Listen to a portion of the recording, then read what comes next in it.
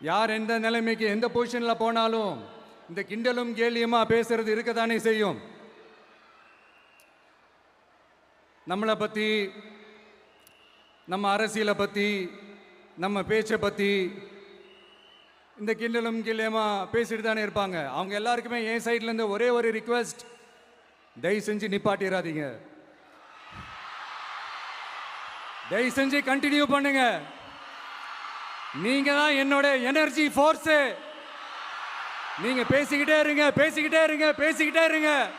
நான் மக்களுக்கு தேவையான நல்லதை செஞ்சுக்கிட்டே இருக்கேன், செஞ்சுக்கிட்டே இருக்கேன், செஞ்சுக்கிட்டே இருப்பேன். அடுத்து இப்போ நம்ம புதுசாக அந்த சூட்லாம் போட்டு வரோம்ல, அதை பற்றி கூட நிறைய பேர், ஏன் நாமெல்லாம் கோட் சூட்லாம் போடக்கூடாதா? அதிகாரம் செய்கிறவங்களும் ஆதிக்க சக்திகளும் மட்டும்தான் கோட் சூட்லாம் போடணுமா என்ன? அப்பெல்லாம் எதுவுமே கிடையாது.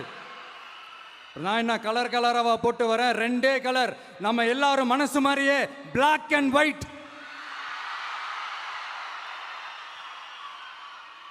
எல்லாத்திலும் பிளாக் அண்ட் ஒயிட்டா இந்த விஜய் இருப்பான் அப்படின்னு காட்டுறதுக்கு தான் அந்த கலர்.